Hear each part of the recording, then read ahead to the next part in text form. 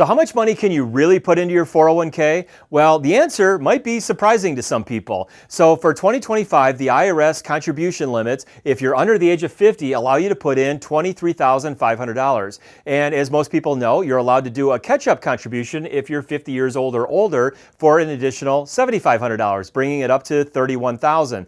But brand new here for 2025, something that was created as part of the Secure Act 2.0 allows for something called the Super Catch-up contribution. So if you're 60, 61, 62, or 63 years old and only those 4 years, and for some reason only those 4 years, you can contribute an additional $3,750, which brings that total up to $34,750. But what a lot of people may not necessarily realize is the IRS has a total contributions for those 401k plans or employer-sponsored plans, and those numbers are much higher. So for 2025, if you're under 50, the actual number of total contributions going into the plan is actually 70,000, and if you're 50 years old or older, it's 77,500, and if you happen to be in one of those 4 magic ages, you can have $81,250 going into the plan. So where does that money come from? Where do we get to those numbers? Well, it's going to be a combination of all of the contributions going into your 401k, and that's going to include your regular contributions, plus any match, plus any catch-up contributions, and the total of that can be up to those levels that we just talked about there. One side note here, a new rule coming into effect for 2026 is that if you're a high income earner and you have over $145,000 of earned wages from that employer-sponsored plan, or whoever sponsors the plan, whatever company that is, you have to put the catch-up contributions into a Roth. That's going to be going into effect in 2026.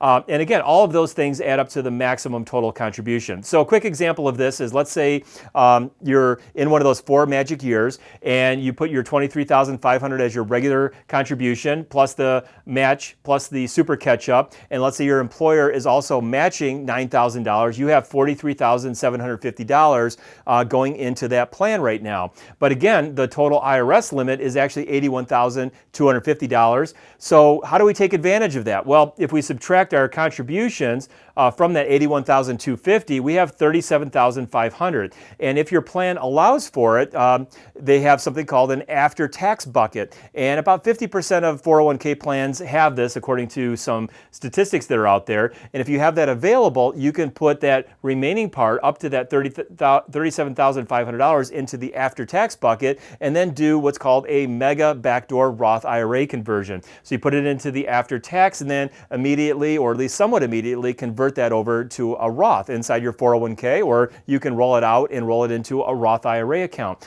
And that's how you take advantage of that $81,250. So again, much higher levels than what a lot of people may be used to. I'm Bill Leatherman, moneyevolution.com, and I'll see you back in one of our next videos.